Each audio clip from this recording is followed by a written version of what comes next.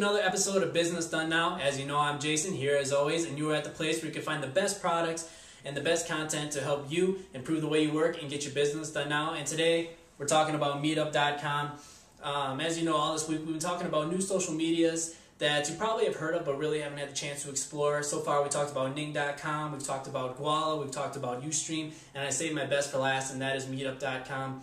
And it's pretty self-explanatory right there in the name. What you're going to be able to do is you're going to be able to go and find groups in your local area, and you're going to meet up at a certain location, and you're going to meet new people. So it's a great social networking site because it actually allows you to get online, find groups, and then actually get up out of your house, out of your office, and go and meet new people that have the same interests and hobbies as you.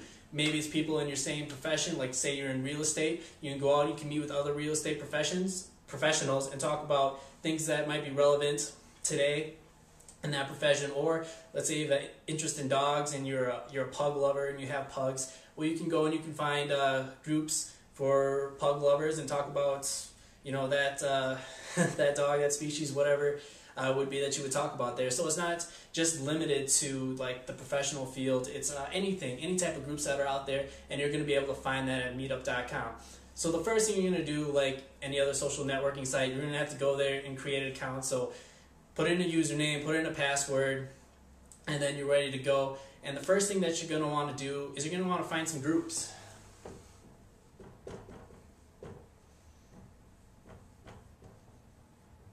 So go and do a search right at the top. You'll see where it says find a group, and there's going to be a text box there where you can just enter in anything. So like say, for me, like I would search for like social networking, put that in there, and then all of a sudden you're going to have some results come up, and they're going to be about all different groups that are in your local area that are talking about social networking. And then you just go ahead and click on one of them, and if you like what you see, you can go ahead and you can join that group. So that's what you're going to want to do next, is you're going to want to join the group. But in order to join that group, you're going to want to create a profile.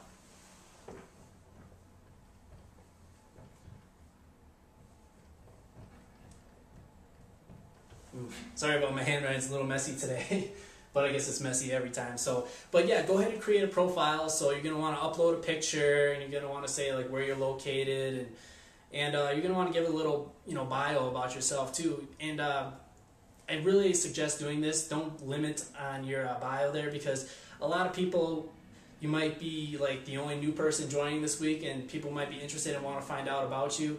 And you know, it's a great way to really make a good first impression by just putting yourself out there and kind of be a little warm and welcoming to the group, so that they kind of invite you in. It's like the first day of school, you know, you want to fit into these groups.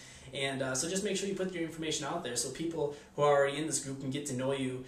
And you never know, they might have an idea of who you are if they take a look at your profile before you join, because people might be interested, especially the organizer of the event is going to probably want to know the new people that joined their group. So go ahead and do that and put your information out there. Some things to look for in this group: make sure that you look at the events that they've had in the past and ones that they have had upcoming, because there are a lot of groups out there that are created but they haven't done anything with them yet. So you're not going to want to join a group that hasn't done anything and probably isn't going to do anything, because you can look at how old the group is and you can kind of get an idea of, okay, maybe they just started and they do have an upcoming event, so why don't I go ahead and join that group? But if they've been established for a while and they haven't done anything with it, then you're pretty much just wasting your time joining that group, because they're not going to do anything about it.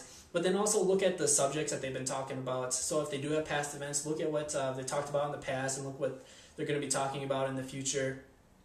You know, most groups have a scheduled event. Maybe they meet like every third Friday of every month, and you can kind of see what's going to be going on. And you can see, and you can, you know, see if these are subject matters that you really are interested in and that you're going to want to talk about. So just some tips there. And also look at who the organizer is.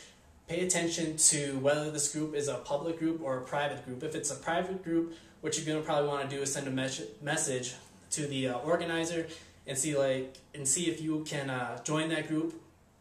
You know, you might want to just do a little intro and say like, hey, you know what, I know this is a private group, but I really have an interest in this. Would it be possible for me to join? And chances are they're going to let you join.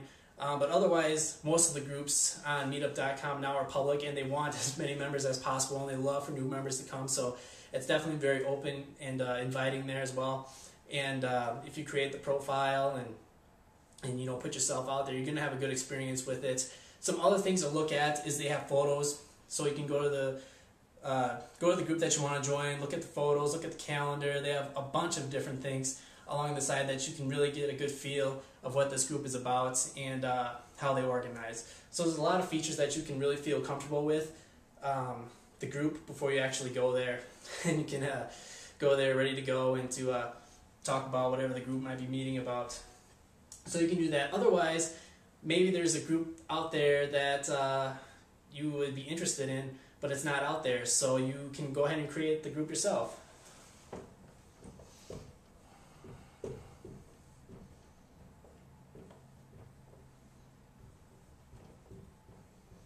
So create a new group. So let's say that I was looking for a social networking group, and you know what, there's not one in Denver, Colorado, which there is, but if there wasn't, I can go and I can create my own group about social networking and have it set up, and I myself can be the organizer. You can upload an image, pictures, whatever you want to do, and then you can actually start to get new members that way, because I'm sure that if you have an interest in it and you just created this group, that other people are going to be looking for you as well too.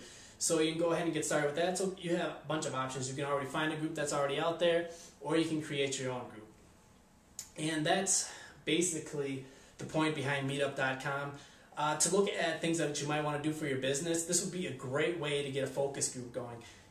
You know, focus groups would be a great way for you to get feedback on about a new product that was put out there, and you can really see if it's something that your customers are relating to. So say you have a list of customers already, well, you can send them, you know, a message saying we're having this meetup group. It's a focus group to talk about what improvements we can make, what we do great, and this is going to be a great place to organize that event. And so that's something that you might want to look into. Otherwise, if you're doing a big product launch, you know, maybe you have a big launch going on at your store. Maybe you're launching like a new food product and you want people to come out and try it. Say you own a bakery and you got this new donut coming out. Well, you can definitely organize that at meetup.com and have a lot of people attend your event. And it's also going to help with your SEO. Of course, we already know that social networking is a big thing about SEO and being found on Google, and you're definitely going to get help with that from meetup.com, and it's going to have a good reflection if you know you have a bunch of events up there, if you have a lot of group members, if you have photos, all those things help. So definitely look into doing that as well for your business, for your personal brand, whatever you might be trying to build. You can definitely accomplish that at meetup.com. Some things to be aware of. You know, go ahead and join multiple groups about that subject matter. I'm sure they're out there. But if you have a bad experience, don't let that keep you from joining other groups or going to that next group meeting, because they're not all going to be great. They probably might not be all that they're hyped up to be, and we kind of know that from other social medias that we use, so don't let that one bother you. But other than that, I think you're going to have a really good experience with meetup.com. I think it's the best one that we've talked about this week. So go ahead and definitely give it a try, and let me know what you think. Tell me about your experiences at meetup.com, and well, that's about it.